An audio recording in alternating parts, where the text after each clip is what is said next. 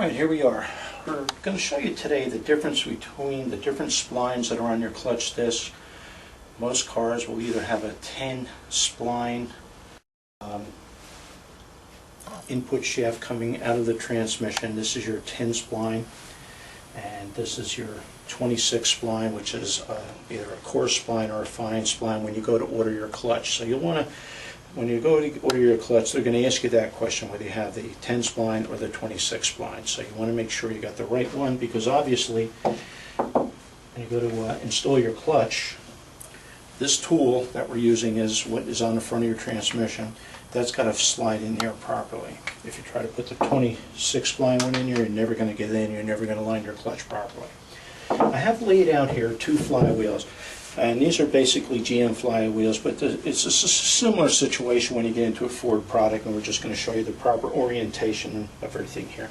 This is the 14-inch GM flywheel. Normally the 14-inch flywheels will take what is known as an 11-inch clutch and pressure plate assembly. The smaller flywheel, which is a 12 3/4-inch flywheel, that actually takes the 10.5-inch clutch. Some people call it a 10.4 clutch, but it's basically an 11-inch clutch on the larger 14-inch flywheel, or the 10.5-inch clutch on the smaller 12 3/4-inch flywheel. Very, very important though, when you get ready to actually install your clutch, I don't happen to have a pressure plate here today, but what I'm going to do is I'm going to show you the proper orientation here. Now, if you were to put this on this way, this is the proper way, with your alignment tool in there, you just put that right into your pilot bearing. Of course, your pressure plate goes on top here, and then you bolt your pressure plate down. And believe it or not, over the years, I've actually had some customers install the disc backwards. Now, when you install the disc backwards, it actually goes on there, and you say, oh gee, that looks like the way it goes, it's pretty good.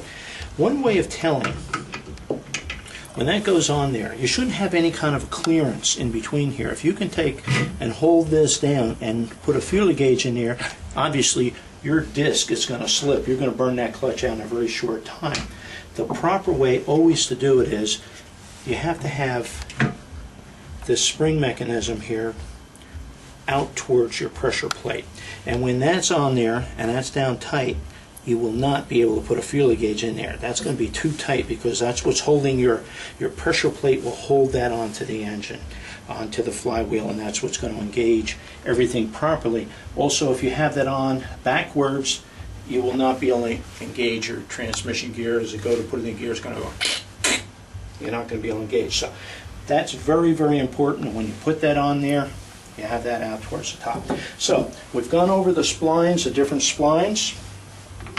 We've gone over the different size flywheels and the orientation of how the clutch disc actually goes on. Now, some discs will look different. The earlier style, they have the ones with the rivets on them, but this is just an example here. They should have a sticker on there saying pressure plate side. Pressure plate side is back towards the rear of the car, but in many cases that sticker gets left off there, and people will tend to put that on wrong, and when they do, they have a big problem. They can't get the transmission engaged properly, plus they can burn out the clutch disc in a very short time.